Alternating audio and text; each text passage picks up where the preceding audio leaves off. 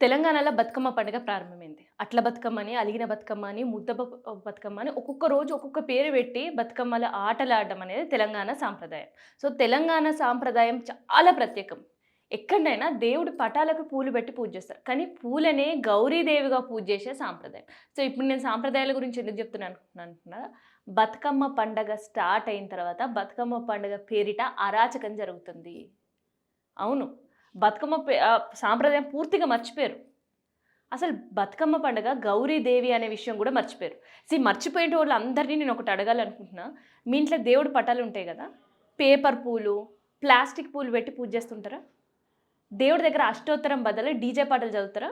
చదవరు గదా! డీజే పాటలు పెట్టుకొని పూజ చేస్తారా? చేయరు గదా! మరి గౌరీదేవిని పూజ చేసేటప్పుడు ఎందుకు అట్లాంటి కథలన్నీ చేస్తున్నారు?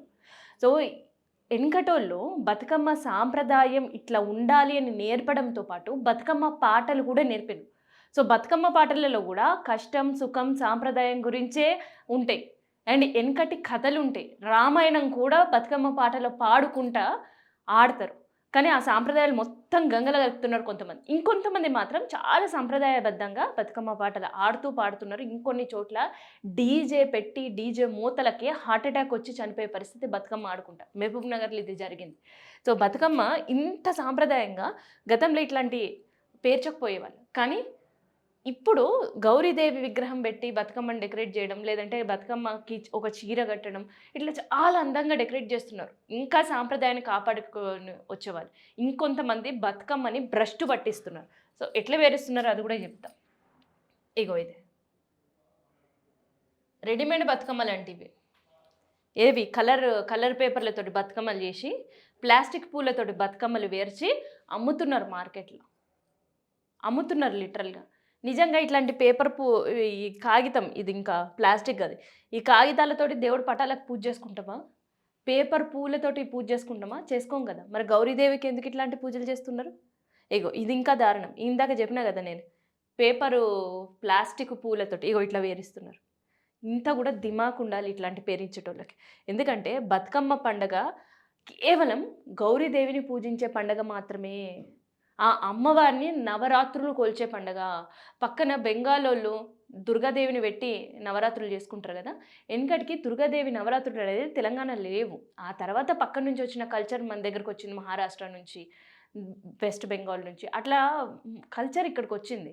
కానీ ఇంతకీ తెలంగాణలో కేవలం గౌరీదేవి పండుగ మాత్రమే ఉండేది. అది వినాయక చవితి రోజు బొడ్డెమ్మలతో స్టార్ట్ చేసేటోళ్ళు. ఆ తర్వాత దసరా, నవరాత్రులు ఇప్పుడు మనం జరుపుకుంటున్నాం. కానీ పెత్తరమాస రోజు పెద్దలకు బియ్యం ఇయ్యడానికి ఆడపడుచులు ఇంటికొస్తే బిడ్డలని పిలుచుకొని అల్లుడ్లని సంబరం చేసిన తర్వాత ఆ రోజు నుంచి బతుకమ్మ ఆట స్టార్ట్ చేస్తే దసరా వరకు ఆడేటోళ్ళు. సో, అది మన కల్చర్. సో, ఇట్లా బతుకమ్మ పూలను పేర్చి అందంగా ఆడేటోళ్ళు కొంతమందైతే భ్రష్టు పట్టించేటోళ్ళు ఇంకొంతమందున్నారు. అయితే ఈడ మనకి గునుగు పువ్వు కనిపిస్తుంది కదా! ఏడాది మొత్తంలో అప్పట్లో బంతి, గునుగు దొరకాలి అనంటే కేవలం ఈ బతుకమ్మ టైంలో, దివాళీ టైంలోనే దొరికేది. కానీ ఇప్పుడు ఇయర్ మొత్తం మనకి ఏడవైనా బంతిపూలు దొరుకుతున్నాయి గానీ, అండ్ ఆ బంతి పూలతో పాటు కేవలం, కేవలం బతుకమ్మ పండుగ రోజు మాత్రమే దొరికే ఈ 15 రోజుల్లో, ఈ నెల రోజులు దొరికే పండుగ పువ్వులు గూడా ఉన్నాయి. తంగేడు గావచ్చు, గునుగు గావచ్చు, కట్ల పువ్వు గావచ్చు, సీతమ్మ జడకుచ్చు పువ్వు గావచ్చు, కలర్ పువ్వు గావచ్చు. ఇవన్నీ పూలని ఇప్పటికి గూడా ఏ పొలమేసి, ఏ పంటలేసి, ఏ సాగు జేసి పండించరు. గుట్టలల్లకి, అడవిలల్లకి ఎళ్లి తెంపుకొచ్చి మనకి రోడ్ల మీద, తర్వాత రైతు బజార్ల దగ్గర, పూల మార్కెట్‌లలో అమ్ముతుంటారు. అవే పూలు తెచ్చి బతుకమ్మ చేస్తుంటారు. అట్లాంటి పువ్వు ఏడాది మొత్తం ఎక్కడ కూడా దొరకదు. ఈవెన్ ప్రకృతికి గూడా తెలుసు ఈ పండగ పూల పండగ అని. అందుకని ఇదే టైంలో అట్లాంటి పూలన్నీ వస్తాయి. కానీ మనకు కొంచెమన్నా దిమాకుండి ఆలోచించాలి. ఆధునికతనే వస్తుంటది కరెక్టే. జనరేషన్స్ మారిన కొద్దీ అన్నిట్లో మార్పులొస్తుంటాయి. కానీ ఎవరన్నా సాంప్రదాయాలను మార్చుకునేటోళ్ళుంటరా? ఎవరన్నా సాంప్రదాయ పండుగని పక్కన పెట్టి, ఇప్పుడొచ్చిన డీజే పాటలకి స్టెప్పులేసుకుంటూ దుంకేటోళ్ళుంటరా? ఇప్పుడు బతుకమ్మ సంబరాల్లో అవే జరుగుతున్నాయి. ఇప్పటికైనా అది మానుకోండి. బతుకమ్మ అంటే గౌరమ్మ. బతుకమ్మ పండుగని మనం మాత్రమే జేసుకుంటాం. ఈ బతుకమ్మ పండుగ మనం జేసుకుంటుంటే చూడ్డానికి ఫారెన్ నుంచి గూడా గతంలో వచ్చేటోళ్ళు. ఇక్కడ కొన్ని బతుకమ్మ ఈవెంట్స్ నిర్వహిస్తుంటే పెద్ద పెద్ద 7, 8 అడుగుల బతుకమ్మలు పేరిస్తే వాటిని చూడడానికి ఫారెన్ వాళ్ళొస్తుంటారు. ఎందుకంటే ఆ సాంప్రదాయం వాళ్ళకి తెలవదు గాబట్టి. కానీ అట్లాంటోళ్ళకి తెలియనోళ్ళు మన సాంప్రదాయం తెలుసుకోవడానికొస్తుంటే, మనకు బుద్ధి జ్ఞానం ఉండాలి కొంచెమన్నా. డీజే సప్పుళ్ళు పెట్టి బతుకమ్మలాడడానికి. బతుకమ్మ మొత్తం మర్చిపోయి సినిమా పాటలకి స్టెప్పులేయనీకి. అవును. ఇప్పటికి గూడా కుక్కట్పల్లిలో మీరెళ్తే ఆఖరి రోజు, 9దో రోజు మనం ఏదైతే సద్దుల బతుకమ్మ చేసుకుంటాం గదా! బతుకమ్మతో పాటు ఆ రోజు సద్దులను గూడా నీళ్ళలో వదిలిపెడుతుంటాం. ఆ సద్దుల బతుకమ్మ రోజు ఒక్కసారి కుక్కట్పల్లి ఏరియాకెళ్లి జూస్తే అదంతా గూడా ఆంధ్ర బెల్ట్ గదా! ఆడేం బతుకమ్మలు చేసుకుంటారు అని అనుకోవచ్చు. కానీ లక్షల రూపాయలు కేవలం బతుకమ్మ పువ్వుకు మాత్రమే వాళ్ళు వెచ్చిస్తారు. ఒకరి మీద ఒకరు పోటీ పడి బతుకమ్మలు పేరుస్తుంటారు. వాళ్ళు పేర్చే బతుకమ్మలకు మనుషులు సరిపోరు. బండ్ల పైన బతుకమ్మలు బయలెల్లుతుంటాయి. ట్రాక్టర్లు యూజ్ చేస్తుంటారు. లారీలు యూజ్ చేస్తుంటారు. బతుకమ్మని నిమజ్జనం ఘాట్ వరకు తీసుకోవాలంటే. ఆటో ట్రాలీలు యూజ్ చేస్తుంటారు. అంత పెద్ద పెద్ద బతుకమ్మలు. ఈ గునుగు పువ్వుతోటి పేరుస్తారు. దాంతో పాటు కట్ల పువ్వుతోటి పేరుస్తారు. తంగేడు పువ్వులతోటి పేరుస్తారు. అండ్ అందులో కొన్ని బొకే ఫ్లవర్స్ పెట్టి బతుకమ్మలు పేరుస్తారు తప్ప ప్లాస్టిక్ పూలు పెట్టి పేరవరు. ఎక్కడో గతంలో మనం బతుకమ్మలు అసలు తెలవని సందర్భంలో, ఆడుకోని సందర్భంలో ఆంధ్రులకు బతుకమ్మలు ఏం తెలుసు? మన పండుగని వాళ్ళకి తెలవదు అని అనుకుంటాం గదా! అట్లాంటి బెల్ట్‌లో ఇయాల బతుకమ్మ పండుగలు చాలా ఘనంగా జేసుకుంటున్నారు. తెలవని పండుగ తెలుసుకొని చేసుకుంటున్నారు. రాని పాటలు నేర్చుకొని పాటలు పాడుకుంటూ బతుకమ్మని ఆడుతున్నాం. మరి మనకేమైంది? మనకేమైందసలు? బతుకమ్మ సంబరాల పేరిట అరాచకాలు చేస్తున్నాం మనం. సినిమా పాటలకి డాన్సులేస్తున్నారు. డీజేస్ అప్పుడు పెట్టి బతుకమ్మలాడుతుంటే కొంత ఏజ్ అయినోళ్ళకి హార్ట్ అటాక్ వచ్చి చనిపోయిన పరిస్థితి. ఇది మహబూబ్ నగర్‌లో జరిగింది. అట్‌లీస్ట్ ఇంకా 5 రోజులుండే బతుకమ్మ సంబరాలన్నా బతుకమ్మని గౌరీదేవిగా పూజిద్దాం.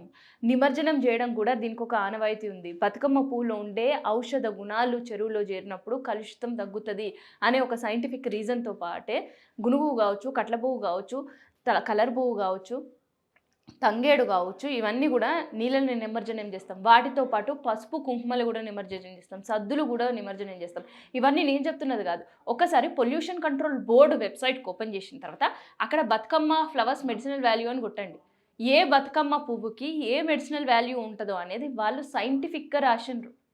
దానిపైన ఒక గతంలో బతుకమ్మ పువ్వులు ఎక్కడ దొరుకుతాయని వాటిపైన ఒక అధ్యయనం చేసిన సందర్భం. అంత గొప్పది బతుకమ్మ. ఏదో బతుకమ్మ పువ్వు అంటే పోయి మార్కెట్‌లోకి తీసుకొచ్చి కొంతమంది ఆడబెట్టి డీజే సప్పుడులో ఆడలో లేదంటే ఇగో ఇట్లాంటి పేపర్ పూలు లేదంటే ప్లాస్టిక్ పూలు తెచ్చి ఆడి నిమజ్జనం ఘాట్‌లో నిమజ్జనం చేసి ఇంకొంత పొల్యూషన్ మనం పెంచుడు గాదు. బతుకమ్మ పువ్వులకి ఒక మెడిసినల్ వాల్యూ ఉంది. దానిపైన సైంటిఫిక్‌గా రుజువడంతో పాటు పొల్యూషన్ కంట్రోల్ బోర్డ్ వెబ్‌సైట్ ఏదైతే ఉంటదో అందులో చూడండి, వెతకండి. గూగుల్ చేసినా అర్థమైతది.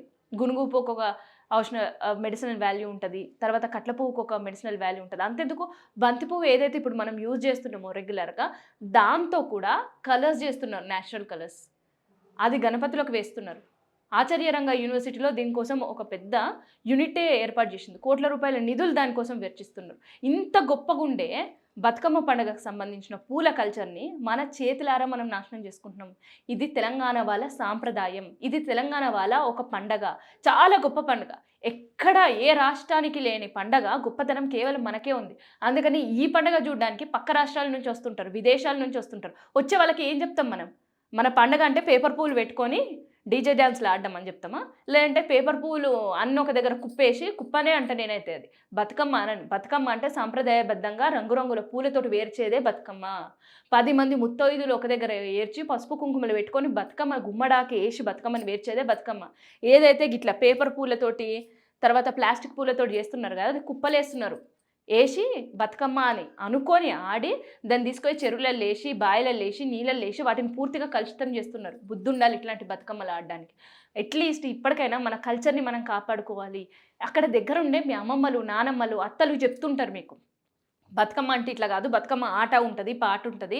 రామాయణం జెప్తే 'రామ రామ ఉయ్యాలో' అనే పాటుంటది. లేదంటే అత్త కోడళ్ళ కష్టాలకు జెప్పే పాటలుంటాయి. లేదంటే ఒక అన్న చెల్లెల్ని ఇంటికి తీసుకురావాలి అనంటే ఆడపడుచు కడగాలి, అత్తగారు కడగాలి, మామ కడగాలి, మొగుడు కడగాలి. వీళ్ళందరిని అడిగి ఒప్పించి తీసుకువస్తుండే ఒక పాటుంటది.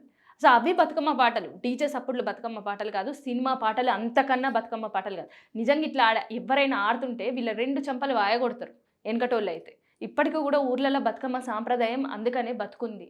బతుకమ్మ కల్చర్ గావాలి మీకు అసలు తెలవనే తెలవదంటే ఊర్ల పొంటెళ్ళండి.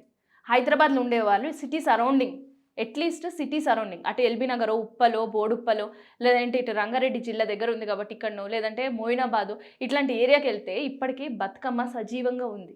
సో మన కల్చర్‌ని ఇప్పటికైనా మనం కాపాడుకుందాం. బతుకమ్మ అంటే ఏదో పూలతో 4 పూలు పెట్టి పేర్చి ఆడి డీజే సప్పుడులు కాదు. గౌరీదేవిని మనం పూజిస్తున్నాం అని గుర్తుపెట్టుకోండి. సో బతుకమ్మ కేవలం పేరొక్కటి మారుతుంటది. అట్ల బతుకమ్మ అని, ముద్దపప్పు బతుకమ్మ అని, నానబియ్యం బతుకమ్మ అని. సో ఆ పేరు పెట్టడం అండ్ ఆ రోజు నైవేద్యం నివేదించడమే గౌరీదేవికి. సో అందుకనే బతుకమ్మ కల్చర్‌ని ఇప్పటికైనా మనం కాపాడుకుందాం. బతుకమ్మని గౌరీదేవిగా పూజిద్దాం.